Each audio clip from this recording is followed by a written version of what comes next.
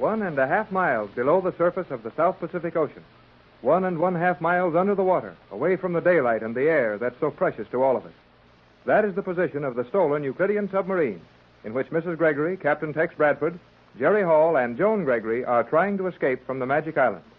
It would seem that they've done a fair job of escaping, as they're now 500 miles from the strange island. But things are not going along any too well, and Captain Bradford, left in control of the submarine, while Jerry and Joan are resting in the stern section, is admitting to Mrs. Gregory that he doesn't feel very happy about the situation. I know you have complete confidence in Joan's knowledge of these Euclidean machines, but is it safe to stand still right here? I think it's a lot safer to stand still than to run a machine I don't know much about, into something I know nothing about. Well, are we securely anchored? We are, but it wouldn't matter if we weren't. Have you any idea, Pat, what the pressure is under 9,000 feet of water? Why, I know it must be enormous, but Yes, you bet it's enormous. And we won't do any drifting, except for some current might move us a little. And Joan reminded us that currents are scarce along here, so we're safe. 9,000 feet below the surface of the sea, and safe? Joan says so, and she knows. I wonder. Wonder? Yes, wonder if we're not putting too much confidence in all of these Euclidean inventions. Well, so far they've done everything that was claimed for them. They're perfect as far as I can see. Is anything made by man ever really perfect? No, of course not. We've seen enough of these things to know that we're better off with them than we would be without them. When we're in such a position as this, yes. And what worries me most is that we're always in such a position. That's what makes Euclidia so terrifying and fascinating. It would be almost worth going over to their way of thinking to assure your safety. Now, Pat, you're incurably romantic. And you're looking at all this as something very wonderful. I warned you when we started on this cruise that there wasn't any such thing as magic. But every time Jerry called that weird colony a magic island, you took it for granted. These scientists aren't magicians, Pat. And they aren't friendly or warm or reasonable. They're hard and bitter and clever and cruel. How do we know that they are? What? How do we know that they're all those things? They've kept us pretty tightly imprisoned for some time, haven't they? Have they ever harmed us, though? Those ray guns? Oh, those ray guns have done nothing more to any of us than just to put us to sleep. Even so, I'd just as soon pick out my own times to take a nap. Oh, of course, Tex. It's a little surprising to drop off to sleep suddenly when someone else wants you to. But what I'm getting at is something larger than that. The real reason behind all the activities of G47 and his scientists. That's easy enough. They're building up the greatest collection of mechanical and electrical devices the world has ever known. And when they complete their work, they'll simply take the world over. But might the world not be better off? Better off? Yes. If all the nations were controlled equally, it might be a means to prevent war. Yes, it might. But I'll bet G47 hasn't any such beautiful ideas. Well, I believe he has. You think that bunch of scientists have buried themselves out here in the Pacific Ocean to spend their lives thinking up things beneficial to the world? Why not? Scientists have been giving their lives to help the world since histories have been recording their doing. Yes, I know, Pat, but... And we haven't any reason to think otherwise of G47 and his men. You've certainly suffered a change of heart since our first landing on Euclidia. I've learned a lot about the Euclideans. So have I, and I don't care much about them. Oh, I'm sorry, Tex. I didn't mean to start an argument with you. It's just that... Oh, I can't express exactly how I feel. Well, don't let it worry you. We've been under such a strain for the last few weeks that everything is out of proportion. You'll be able to organize your ideas when we get home. When we get home. Home. Only a little matter of 3,500 miles, and we're hurrying home by standing still, firmly anchored under 1.5 miles of water. Well, Joan said it was best to remain anchored for a while, but she and Jerry had to have some rest. And navigating a submarine at this depth is something about which she knows a whole lot more than I do. Oh, very well. I suppose there's nothing more to do. And I'll call the youngsters to take over in a few minutes, and then we'll get out of their way and let them handle it. J12C to J24Y. Johnson to Gregory Boat. Tex, it's Johnson. Johnson Yes, quiet. to Bradford. I've not been able to raise you. Answer if you can hear my signal. J12C to J24Y. J12C at Wilmington to Gregory Boat. Couldn't we answer him, Tex? Joan said no. But the Euclideans have our position anyhow. We don't know if they have it J12C exactly. to Bradford. Johnson to Gregory Boat. Waiting for instructions from you before proceeding with plan. Can you hear me? What does that mean, Tex? Waiting for instructions before proceeding with plan? It sounds as if it meant that he was waiting to hear from me before compounding the formula and organizing our party to return to Euclidia. Well, he should know better than that. Johnson doesn't need any instructions from you or anyone else to do the things he will have to do. Exactly. Then his message means something else entirely. What else could it mean? That's what I don't know. Unless... Yes, that might be it. What, Tex? Those Euclideans. They have agents all over the world. Johnson may have found that they have someone watching him in Los Angeles. In that case, they might take the formula away from him. Yes, and in that case, Johnson would be smart enough to keep the formula hidden and do nothing without hearing from us. But he may be in danger. Those men mean business. I thought you were ready to believe they had only good intentions. Why, I think they mean to use their inventions for good, but I'm even more sure that they wouldn't stop at anything to gain your formula. I wish we could warn Johnson of our position. Well, it can't be done, Pat, so we'll just have to be patient. Well, if we can receive his radio messages in safety, how could it do any harm to send him one? They might learn a lot more on the island by intercepting our messages than they would from Johnson's. I suppose so. Have you had a message from Johnson? Tex, it's Joan. They must be awake.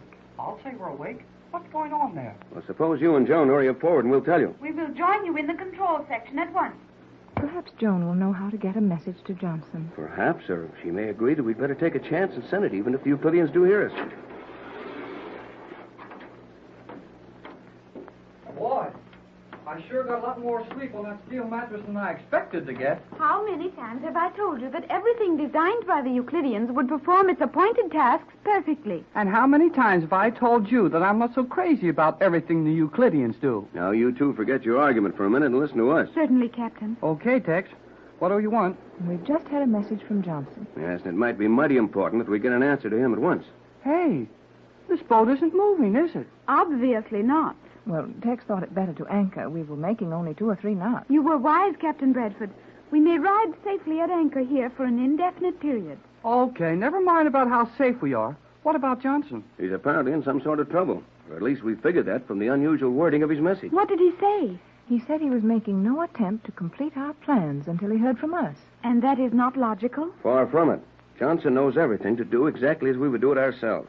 And when he seems uncertain, he's got a good reason for it. Hey, how about sending him a message, Joan? That depends entirely on Captain Bradford's view of the matter.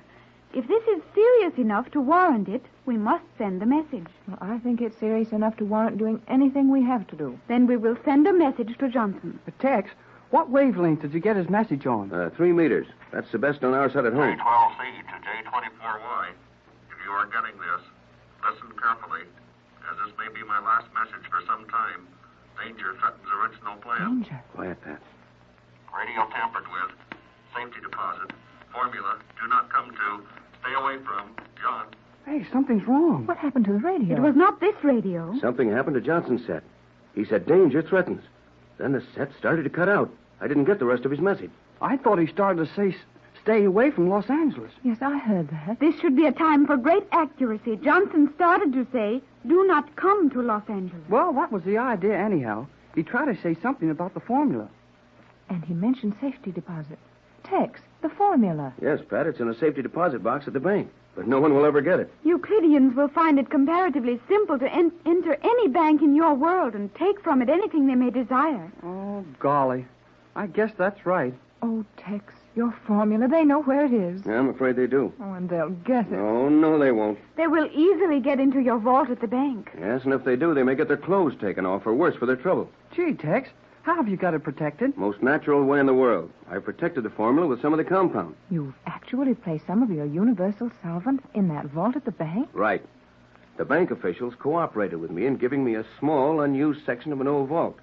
And the solvent is so located there that any disturbance or opening the vault with anything except the combinations known only to Johnson and myself will bring together the 2 portions of the formula.